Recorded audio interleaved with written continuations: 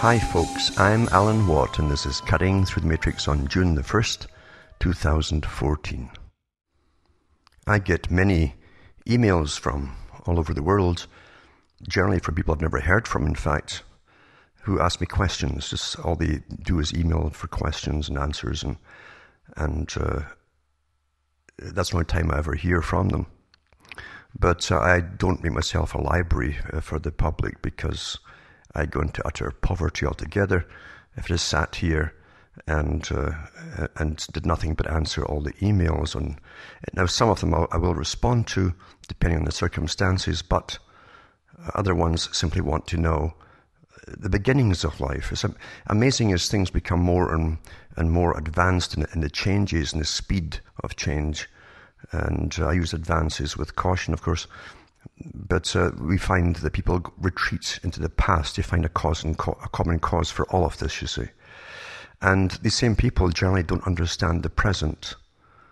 The present is bewildering to them. It's frightening to them because we are in an era of planned change, massive, across the board, in every facet of endeavor. It's planned change. And this is done by people called Technocrats. And I'll go into that later, perhaps. But I was just going through my head today, these thoughts were passing, that it's amazing how people keep asking the same questions when they have no idea of the present and what's really happening, why the things are happening, why they're reacting to, and the way they react to all the changes, the planned changes. And we are in a constant motion of planned change. And we've been that way for an awful long time. It really came to its explosive power, you might say, during the Industrial Revolution, through machinery, and then the adaptation of people to machines for the economy. And the whole class structure, of course, was based around that too. It kind of broke away to an extent from the old feudal system, where you were simply a serf and you knew it. And serfdom was common and normal for the people. They didn't complain because the grandparents had been the same way before them. It's the way things were. And at one time, we've got to remember too, when they had rebellions, they wanted to put in an old deposed king and remove the present one, the interloper. It was because the only concept they had of being ruled was exactly that, being ruled by a king. Democracy hadn't been taught to them in any possible shape or form. So they were limited in their thinking. And nothing has really changed today. People are still very limited in the way they think because they're purposely kept in the dark. There are many reasons why they're kept in the dark, of course. And power never shares all of its knowledge to the general public, never ever, in any field whatsoever, any field. And especially those fields, I'd say, where it's imperative to keep the public in the dark because the public are constantly being indoctrinated for the next stage of what they think is the present era, the next stage, because the future is always planned by technocrats. For your education, all the way through your life, you're constantly adapting and being taught to adapt because you see it through fiction and many other ways too, that adaptation is normal. The Darwinian theory, adapt or die, basically. And those people who think it's something to do with the beginnings of mankind are reacting to the present as opposed to understanding the present. Their idea of history and social history is awfully sketchy indeed. Generally comes from television or even movies, where they think there were still free peoples a long time ago who lived and read philosophy or something under trees. Nothing was further from the truth because we've always lived in a system where men are born that really seek power, men who go beyond the normal social confines and restraint of power. They want all power. And today it's more acceptable to try and go for the top because it's all part of the present culture. That's why in America especially, Hollywood glorifies the gangster era. The guys who came from the street, they claim there's a lot more to it, of course, which they won't tell you. But the fact is, as long as they got rich, it didn't matter how they got rich, because then they're part of the establishment, and their sons go to university, and daughters too, and they're now respectable. So that's the way things really go. Same with all the big families that the US has, because the US was based on a materialistic future. And of course, everybody went for the goal. Very few get to it. Once the people get into power, of course, in certain fields, they monopolize everything to do with their particular special field, and they keep everybody else out. So that goes all the way down to free trade today, in fact. Free trade is not free trade. It's not for everybody. It's for the select corporations that are part of the plutocracy that run the US and the world, and Britain and every other country too. We often hear about the rise of the middle class that came along with technological progress, as they call it, which basically was to do with the mechanization of society and industry, etc., where a middle class appeared that was non-merchandising. There were still, of course, the merchants, etc., but the non-merchandising classes were more intellectual. Many of them worked as accountants and so on, and actually they were the guys who would write the books on economics, not the guys like the Rothschilds who owned fortunes across the planet. But actually employees would actually go in and put out the theories of economics, etc. But along with that, you also had other guys who specialized in other areas. Social organization was part of it too, because people cannot imagine the incredible change of an industrial era from an agricultural society, which was the norm, based on a kind of feudalistic type system, and where land owning was really for the selected few, and everybody else was renting, tenant farmers, as they say.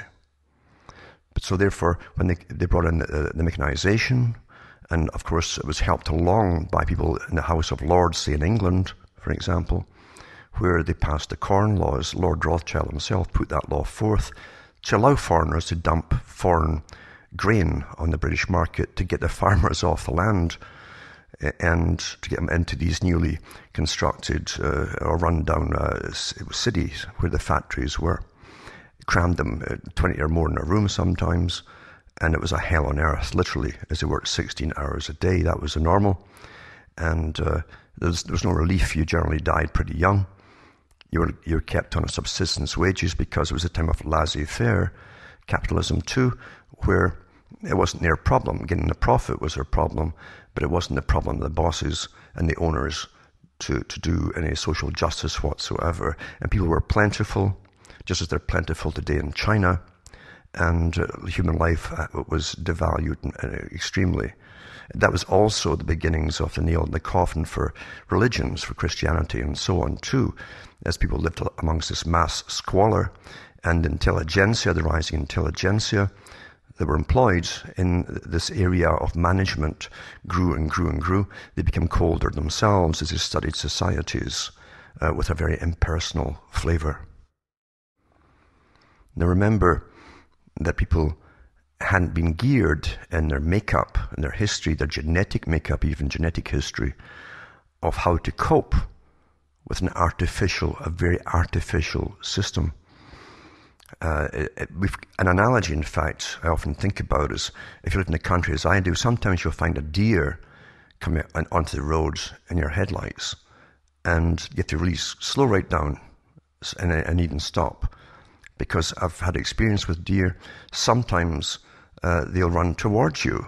You think they're turning you away, and they'll run towards you because there's nowhere in their genetic makeup that's prepared them for this weird, massive light in the middle of night.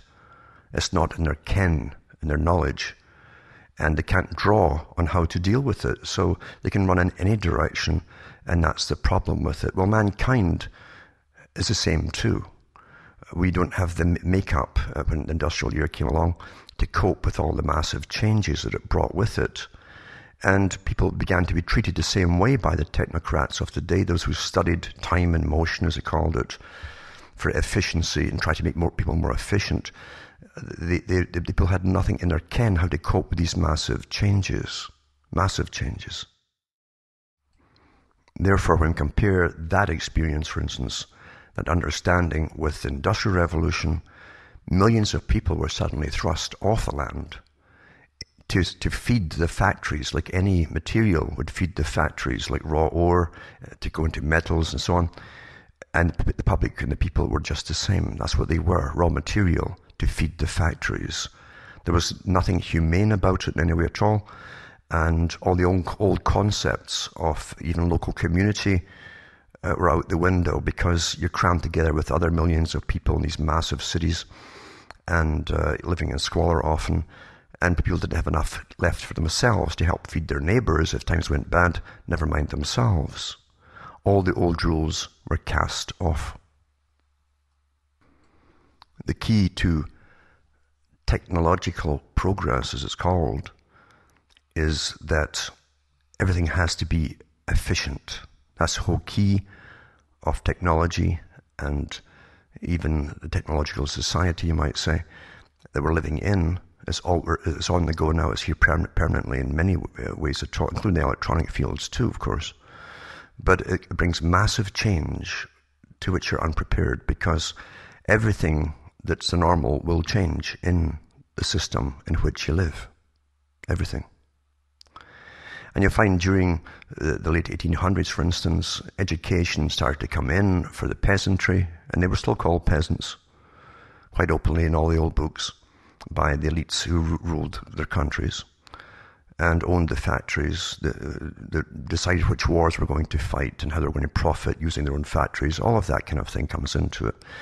And you find, too, that they hired people who'd come up in the middle classes, as I say, non-merchandising people especially, who were taught to be intellectuals, to study things dispassionately, and come to the conclusions to make things more efficient. How to make things more efficient, that was so important.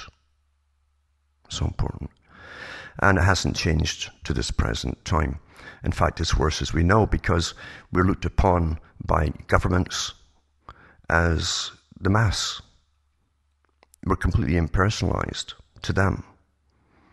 You're not a human being as such, or a statistic, a social insurance number, and they instantly categorize you the way that they do categorize you, and they think of you too as your age, gender, fitness, health, all these things to do with your ability to perform and produce and consume, etc. That's how we're basically works out today.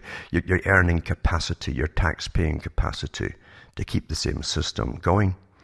And the elites never want to lose power, naturally. They never, ever, ever do. They don't wait for things to happen. They plan for the future. That's why they hire the futurists too.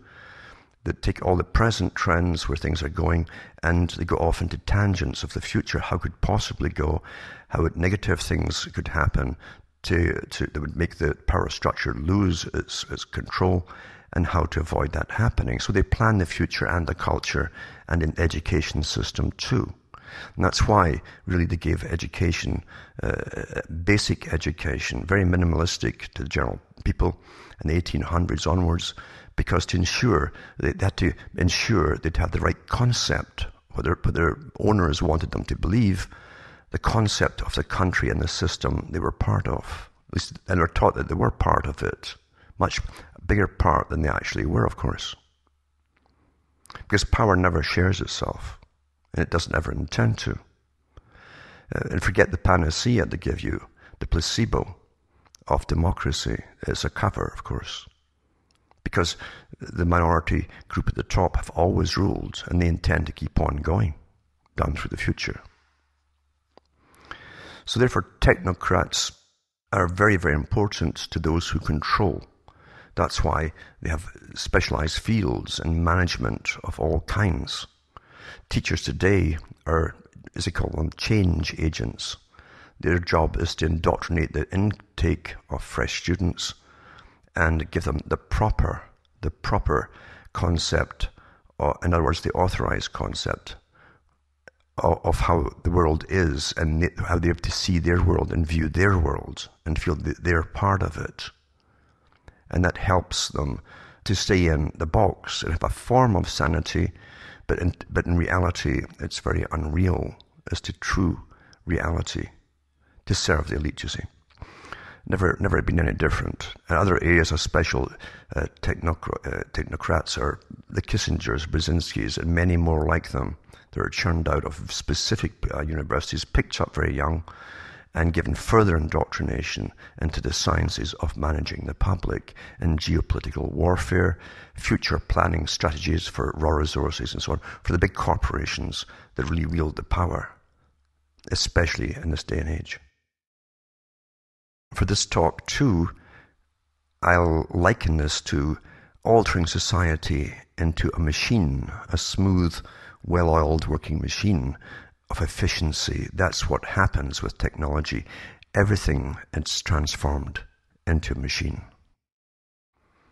Think as well about the depersonalization of society as they're pushed and trained and prodded and nudged, as they like to say. The neuroscientists like the word nudge, to make what we think are our decisions.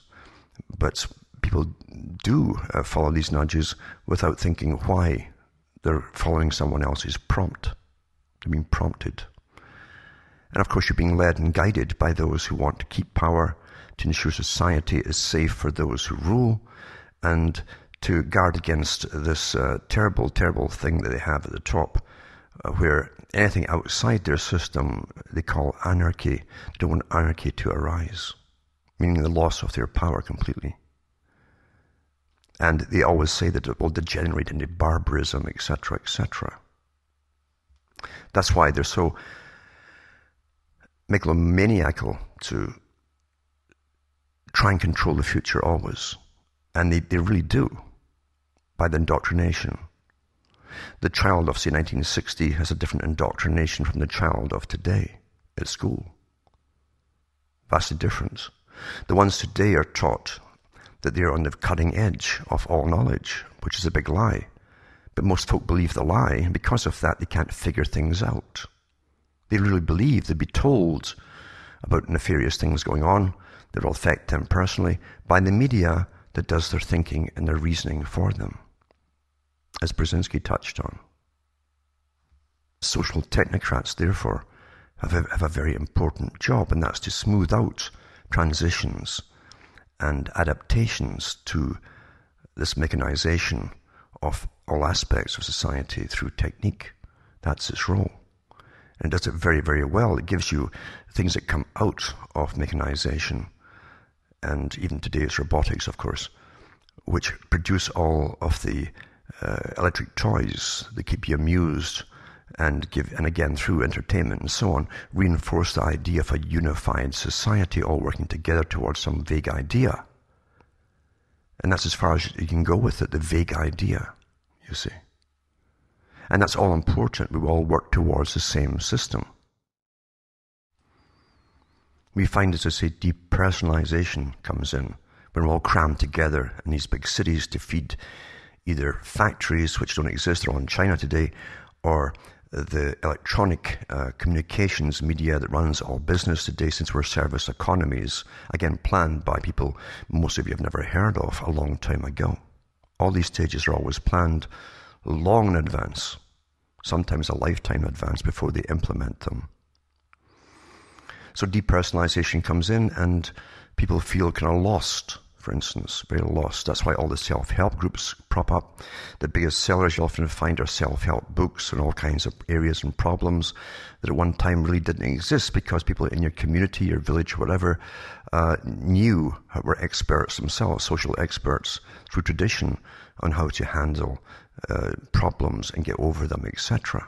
But today, you're taught to seek professional advice, expert advice. You're trained not to believe anything unless it comes from what's called a sanctioned, licensed expert. There were large meetings in the late 1800s, early 1900s of factory owners, big, powerful factory owners. Many of them never visited the factories they owned. They had monopolies over many of them, almost like holding companies today. And they employed the specialists to deal with all these things, you see, including employment and worker unrest, etc. All of these things were of concern to the owners and to keep the profits going. So we find that they were worried at one time when all the social movements were developing because of the massive death rates in these cities of exhausted, fatigued, and malnourished workers daily. In fact, carts went round not just for plague in later times, in the 1800s, 1900s, they went round to collect the bodies that died in these factory cities. That was the standard normal. And people, as always, adapt and accept it. But what choice do you have? That's what they say, what choice do you have? But social unrest was kind of growing. There was no leisure time.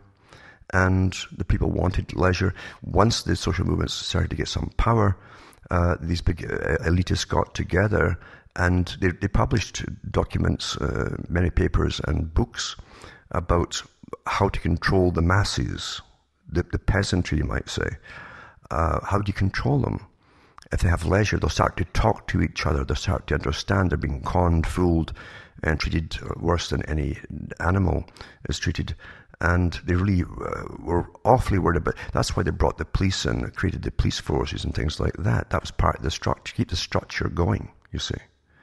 And the spy systems went out too, to ensure that anything that would happen on a rebellious level was nipped in the bud before it started. Thousands of people were employed as spies in their own communities across countries.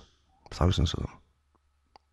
Sometimes in large cities that have over 1,000 to 5,000 spies living in the streets amongst neighbors, collecting all the data, gossip, and so on. Today that's made obsolete almost because they have the electronic surveillance everywhere. Everyone's using the specific tools they have given you, and you use them, you enjoy them, and you're giving your data daily, updates daily on what you're thinking, doing, to what you think are all your friends, all these invisible sock puppets and all the rest of it out there that collect all the data. It's fascinating too, because big meetings were done before you were given the computer as to the effects of the computer. They said it would have the same effect on a massive scale of upheaval as the Industrial Revolution when they give this to the general public. Therefore, they designed all the computers, as you well know now, with back doors in, so government agencies could always monitor you and what you're up to and what you're thinking and talking about, etc. They don't need laws for this, folks. All this stuff about, oh, they've broken the rules, it's all nonsense. Power has never gone by rules. Never. They always break what you think are the rules. Today, you've been trained to think it's quite normal to be spied upon. And that's what the big boys, the Technocrats, have said for years. The neurologists and neuroscientists all work together with the behaviorists, etc. How we tick, what makes us think, what makes us come to the conclusions, what makes unrest happen, unrest or dissatisfaction. All these people who are there to manage you, that's what they monitor. And of course it's nipped in the bud for the few who do. Now, of course, if you come out with anything contrary to the official statements or word on whatever it happens to be in the event, then you're a conspiracy theorist. And they have their assassination squads throughout the media. They'll attack you and try and discredit you by all kinds of insulting terms. They have specific hitmen, you might say, on television for that purpose too. Because they know the general population will take the experts and the familiar face they see on television, take their opinion first as opposed to someone else's whom they don't know. I've read from some of the books in the past on some of these big workers, big players in shaping the future. Big players, guys who help design shifts through 30, 40-year, 50-year periods in advance of cultural changes. Gender differences, all of these things were all applied step by step, incrementally, and have all come to pass. There's more to come yet, which they wrote about 60, 70, even 80 years ago. Didn't just write about it, they took part with other technocrats, the social managers, on how to implement these changes. That's why they hire behaviorists en masse, and some think tanks are actually staffed by them. That's all they do, working on all of us. They know it works, you see. And Bertrand Russell talked about the negative things that would destroy your critical thinking abilities, which of course he was all in favor of, for a peaceful world, as they called it. And that's what society always says at the top. They want to bring in a peaceful world. Peace to them means the absence of all opposition, critical thought, etc. The compliant society. And he said too, we could even dumb them down, even alter their masculinity by using hormones and so on, and the needle, etc. How do you get folk to take that? He says they will like it. We can convince them to go along with it. Inoculations are good for you. It's good for you. GMO feeds the world. All these slogans you hear, feeds the world. Marketing done the proper way, as Bernays said, can overcome anything. The hidden masters, the puppeteers, that are never elected in any kind of government to manage the populace and their thoughts and their direction and opinions. Therefore, getting back to the analogy of the deer, where a car's headlights is not in his genetic makeup, his historical genetic makeup. He's nothing to refer to as to what to do in a situation. The same thing happened in the Industrial Revolution and the chaos and misery it caused. And the same thing today with the electronic revolution, the information age, as they call it, data collection, spying on the public, and the nature of experts. It all alters how society works, how it sees itself. You're trained how to see yourself. Not an accurate way, but in the way those who control it want you to perceive yourself in relation to those around you and the common goals that a country will tell you that it has. But it also makes obsolete even the necessity of having what you think of as the country. That's why you're going global. And that's why the big boys a long time ago, before the 20th century, had their big meetings. The top guys who ran the economic system on behalf of their masters, and organizations that still exist today, employed by their employers, to shape society into a future, to make us adapt perhaps into a thing which we perhaps shouldn't adapt into, and lose ourselves in the process. In the past, people wanted privacy. They knew too much government intrusion in those days, but it was a brutal kind of intrusion. We find that armed soldiers were still going around in the early 1800s, sometimes sent into an area to quell trouble or nip it in the bud, and they go door to door in their uniforms, and nothing could be done to stop it.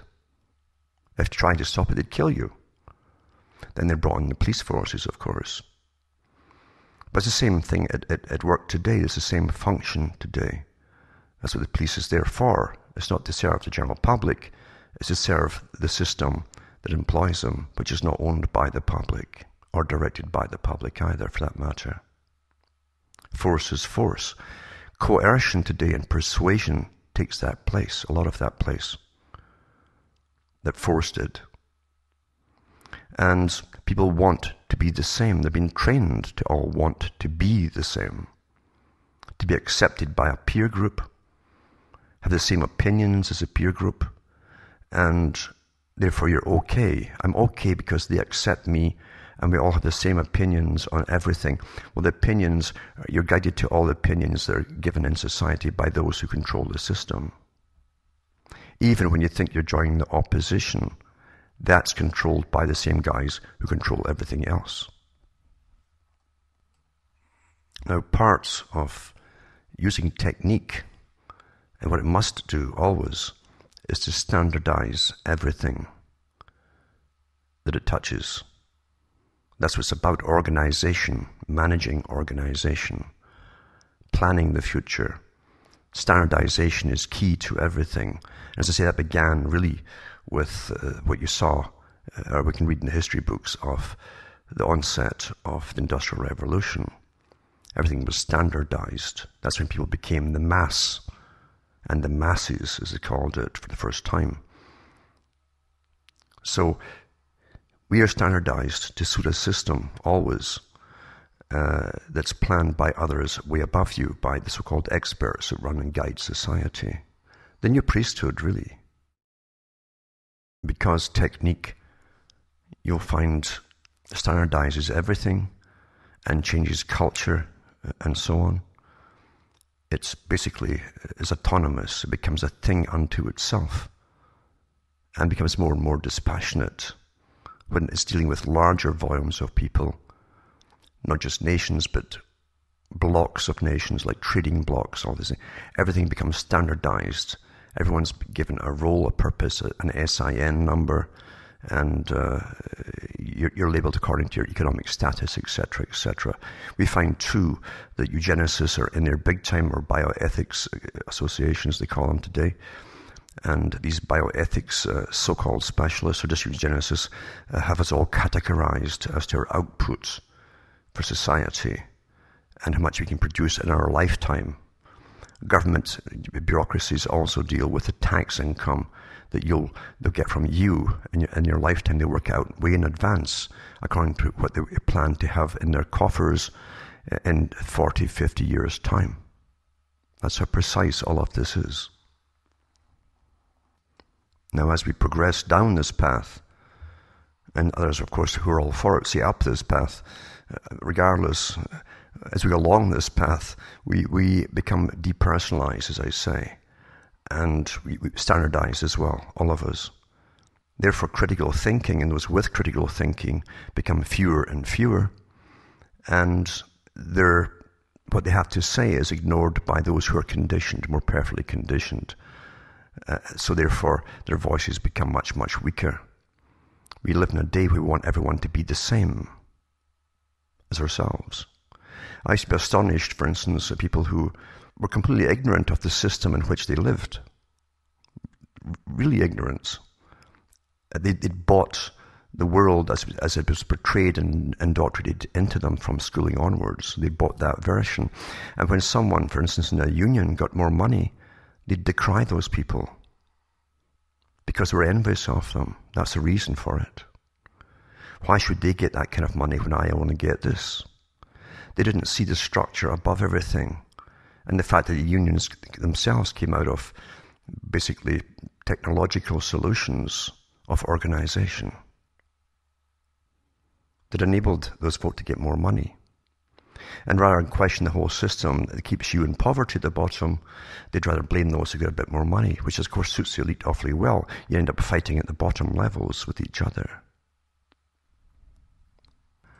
The elite also talks about giving work to everyone, but they meant a minimum wage type of work across whole countries.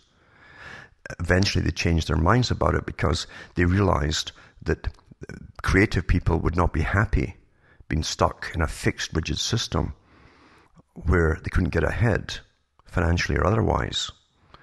And that's why communism was a big test bed for it too, to see if you could give a minimum wage to everyone across the country, basic necessities, etc. And of course, no one really worked hard. Everyone pretended to work, and the state would pretend to pay you. That was the big joke that they had over there.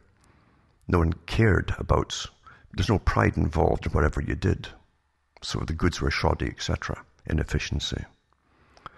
So the big boys looked at that, of course, and they learned the lessons from the Soviets as they watched them carefully and studied them carefully. And they decided that this, rather than do the same in the West, keep them on a fixed minimum wage, the bulk of the population that is, they would bring in the welfare state and have a good majority of the public, or a particular, it used to be minorities, now it's getting to be half and half, of folk on welfare or government recipients, wage recipients of some kind of government money, which is all tax money anyway. And the rest pay for it, you see. It stops the revolutions, as you say. And it's true, too, as was often pointed out by the elite of today, that even the poorest people in some countries, a few countries, very few, have basic material goods that stop revolution. Some of them have free cell phones and free cable for internet and all this kind of thing. Lots of entertainment. Things to pass their time when they're not thinking for themselves. Because psychology is used incredibly well through entertainment media and all kinds of media today, in fact. Keeps you occupied with someone else's thoughts or views rather than your own. And of course, too, studies were done, as I say, studying the Soviet system. They said eventually the whole idea of a communist revolution would be obsolete when understand the premise of communism came out of partly too in reaction to the heavy industrial revolution and dispossession of many of the people who lost little farms, little small holdings, traditional places and so on. And their landlords who owned many of the big, massive areas of farming land in Europe sold it off for other purposes. And they had to move into the cities, etc., to work in factories. So that was a reaction to it partially. And today, it's been made pretty well, straightforward revolution is pretty well obsolete.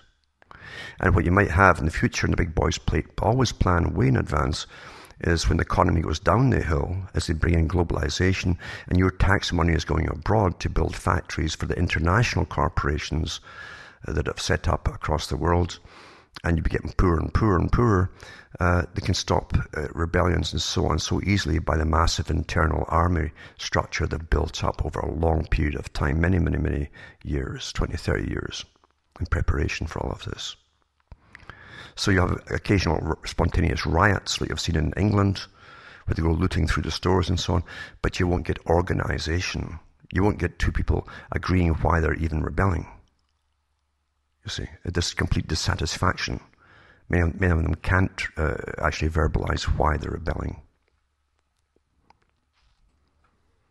Now, power in the past was controlled to an extent by the geographical areas of the world, often separated through jungles, and sea travel was dangerous at times too. So you couldn't get, in the communication system we have today certainly didn't exist, obviously. So therefore, people had to travel to countries and study peoples, etc. And the big boys would send out their emissaries to exploit ores and minerals and metals and all the rest of it to make themselves richer, etc. But they looked at the different civilizations which coexisted. Some were labeled primitive or arrested civilizations, as our progressive system likes to call them. A so-called arrested or primitive society doesn't have this technology and technocratic type of system running their lives for them. Things are very basic. They're historical. They traveled up from generation into time immemorial, generation to generation, and they're unchanging. Therefore, this is security and the knowledge of what you're doing is tradition. In today's global society, the idea is to standardize the world. As I said, the technocratic type of society has to standardize everything. Like the machine. Everything is standardized towards the system. Hence the massive push by the technocrats in the so-called first world countries to ensure that no child's left behind, and every child must have a computer worldwide or a cell phone or whatever it is, and they're popping up cell towers across the world to ensure through all of these means, of course, they're giving them to standardize the cultures, the peoples, the thoughts, and their idea of culture and the past, their idea of what it is to exist. Why are you existing? To give them a new vision, which is not theirs, of their future. The so-called primitive societies often don't have words in their vocabulary for work or labor. They do what they do. Basic survival. They only work enough to support themselves. They don't see hunting as work necessarily. And they are generally very happy people. But they've not to exist in that form in the standardized society we're bringing forth, of course. Now, part of getting people to go along with a new technique or a direction of a technique which already exists, the technique that is coercion. The idea is to eliminate choices and narrow the choices a person can take or make. And of course it's done in so many different ways, but The idea being you always take the lesser of two evils, and you'll avoid the pain as much as possible of making the wrong choices. You go along with the majority of the public, which is approved of by the government, of course, the ruling elites, which is not the government really. The government's the front for that which does rule their country. And this is how things are done so easily. You're coerced into making the right decision, as they say. In ancient times, people could escape very easily from any system. Even in ancient Rome, people could go off and become hermits and evade taxes, conscription, all of these things, but still live a life which satisfied them. Their basic needs were supplied, and they lacked for nothing in actuality. Today that's becoming more and more difficult. It's not allowed nor approved of course, by this massive organizational ability of experts under the technological system. They live under specialists in certain areas to ensure that no one can really escape. It's this choice or that choice it comes down to today. Very few choices are actually allowed. From those who rule, this makes sense for their system because they don't want differences in the general population.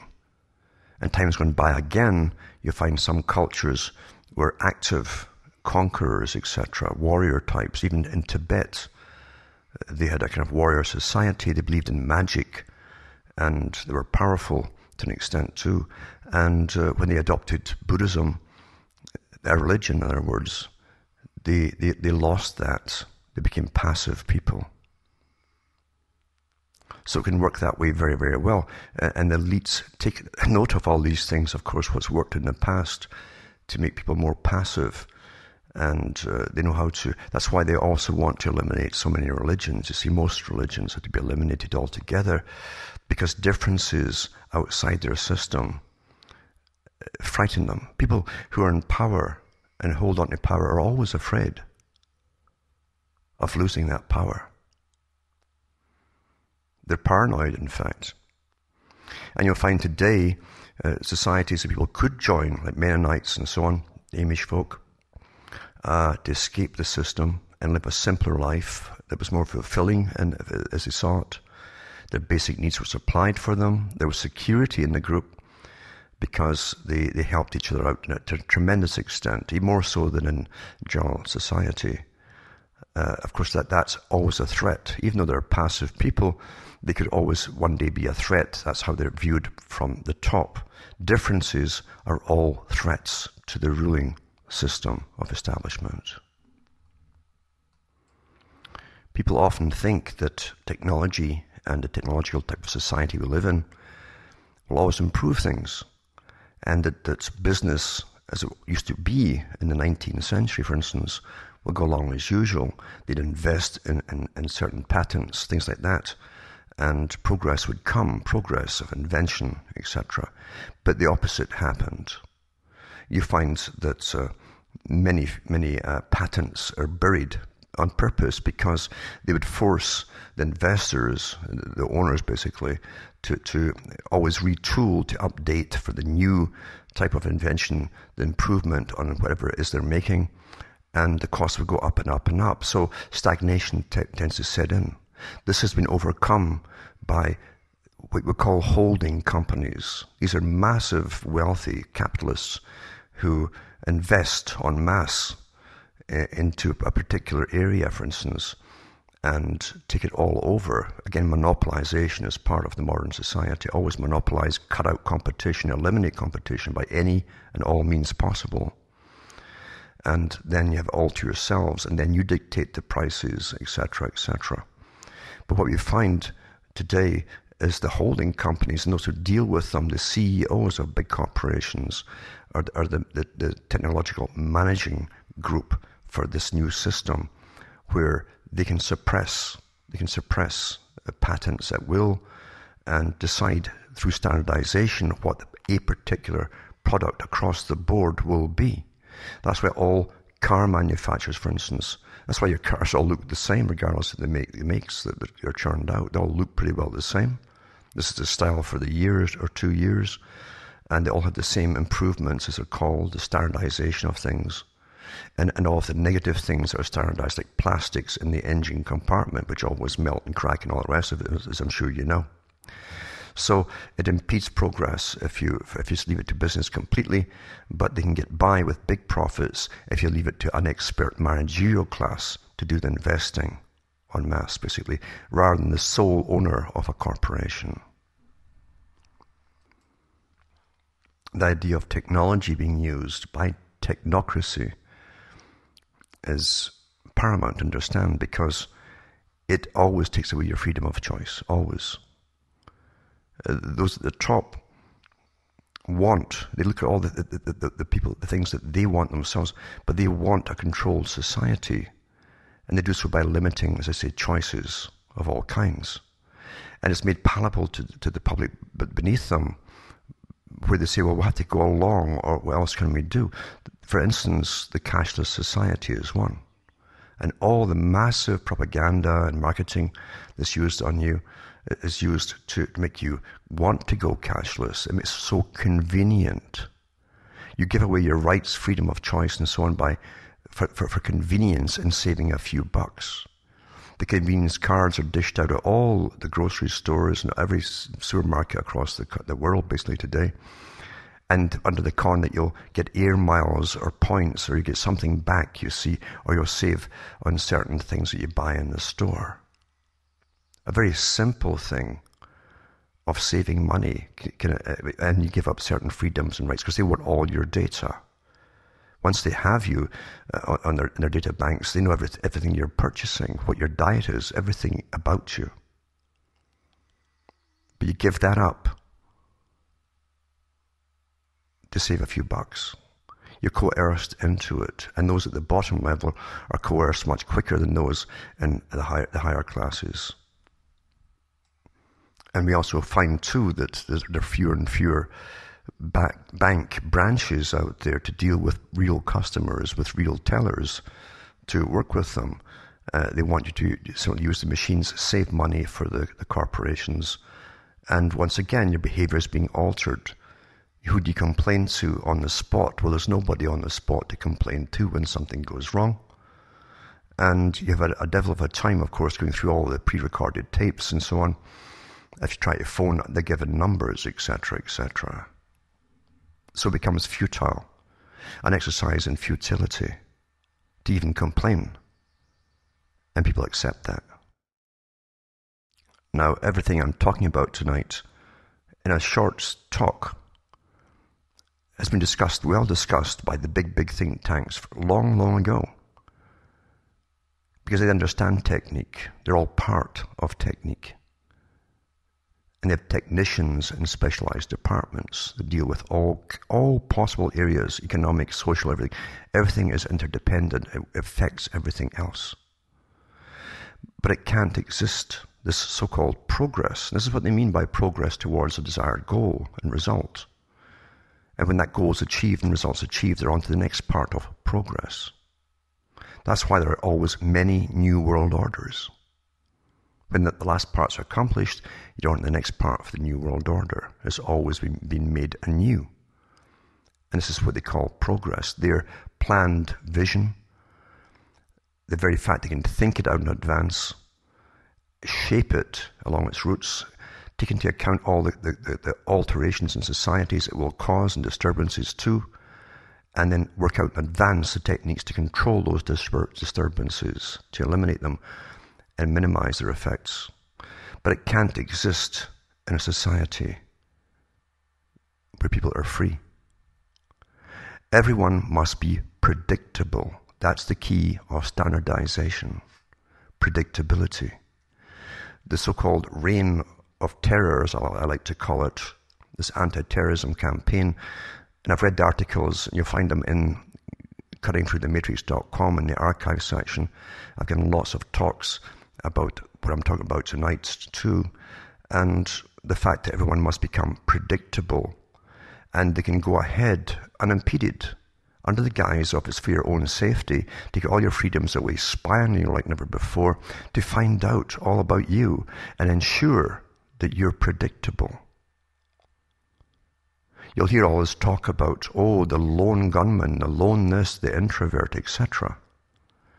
You understand, in a standardized society, everyone must be completely open and uniform in their character, their behavior, and everything else, for safety, for those who control the system. It will always standardize everything. As it standardizes the automobiles, you're standardized just the same. You have the same opinions on everything. You'll believe everything you're told by the authorities. And if you don't fall into that category, they'll give you the opposition to give you the opposing points as well. And even when real opposition arises, it's completely infiltrated so quickly. People are also bought over very quickly too, I should say. Those who appoint themselves as leaders. And they're brought into the system, and all their followers follow them into it too. But predictability is of paramount importance for this utopia, for those who rule the world, to come into being. The ideal subject to standardize, and the ideal way of telling if a person is standardized is this, that when you talk to them, they don't have much insight into themselves. They're spontaneous, but they don't have insight into themselves. They're not reflective as to why they think this, to why they are this way, and so on. The standardized person, like a bureaucrat, works almost unconsciously through his daily routine, his work and so on, and as I say, dispassionately, without even thinking that he is dispassionate about all these numbers, which are actually, they represent people, vast amounts of people. He is standardized and adapted to the conditions created by technique alone, you see. The goal, of course, is to standardize and to get everyone to go along in the same direction together without questioning why they're all going along in this particular area or field or direction together. And they do that by, of course, many other techniques as well that are brought into play. Psychological and behavioral techniques are used incessantly on us all, and through the electronic media especially. And of course, they've even gone beyond that to, I've mentioned before, ways of using low current pulses, low voltage pulses basically, to alter the way our biometric systems actually work. They're way ahead in anything they've ever told you about, and admitted it from the top. It's irresistible to governments and who are employed by their big bosses, not the public, to control societies and direct societies. The passive, compliant citizen, but who is active at work, is a desirable goal. The predictable worker. And remember, these techniques are always adaptable. When something is working well, they'll push it further. When there's a hold up somewhere, they'll find out the reasons why and fix the problems rather quickly on society. That's how it's all done, in fact. It will always give you the illusion of liberty, choice, and individuality. But when you realize that authorized choices are mass choices, they're not individual at all.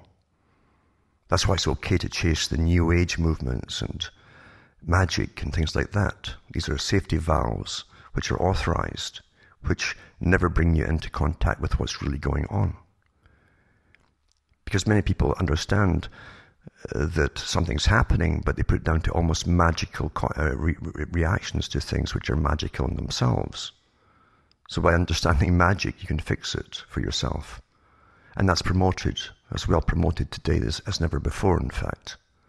As long as it's not an organized religion as such. That's why what we call the New Age gives you all these different kind of choices. And so what's right for one person is not always the same for another. They'll have variations in what they're really into and what they believe. That's okay, you see. And don't presume that people work on rationality. The big boys understand this perfectly well. That's why the top brains in the world in the fields of neurosciences and behaviorism are employed constantly in massive think tanks, thousands of them across the world, to control you, because they understand how you work, how you tick, and how you can persuade the mass man to go along with it. That's why you must create the mass man. Uniformity, individuality really must be knocked out of the way. I say the harmless illusions are fine. They're pushed and promoted as safety valves. And it works awfully, awfully well. But make no mistake, everyone is under observation like never before. And folk will often say, well, little old me, I've got no consequence to governments and authorities and so on. Oh, yes, you do. Because you might influence somebody with an offhand statement one day. You'll never know the consequences, how it might affect that person. Or the young person might hear you and think along a certain tangent and come to conclusions down the road that could become a problem to the authorities. Mao Zedong said he wasn't afraid of armies or guns. He was afraid of someone with a big idea. And remember, those who control are always, always afraid. Always afraid. And they can rationalize the power they wield so easily. The geopoliticians that plan the wars in advance, sometimes generations in advance, have no conscience. They go to sleep very well at night without thinking, my God, collateral damage is planned and so many thousands will die tonight. Doesn't bother them at all. That's necessity, they call it, necessity. The communists called it historical necessity. They're making history by things which must be done and are horrible, they would say. But that's historical necessity. The same with the geopoliticians for the capitalists. It's just the same. Same techniques, in fact, same technicians, in fact, running the show. The fallout doesn't matter. It's dealt with. And people die off in generations. We think so short term with our life. We plan short term objectives. The elite run in generations, sometimes 100 years in advance, sometimes more, for different parts of the projects. Well, that's been a short talk tonight, but and scratching the surface of something. It would take a lot of talks and lectures to give you, but I do this because I want those who can understand and have the capacity to understand to look into these things on a much deeper level, because the way it's going today, we're being turned into forms of machines. That's how we're viewed, of course, predictable machines. And the society that's planned for us all is completely inhumane. It's the direction put out by those who control technology of all kinds. And they want to shape us to suit their view of the future. It's not a natural development or progression. Now, from Hamish myself from Ontario, Canada, it's good night to me. Your God or your gods go with you.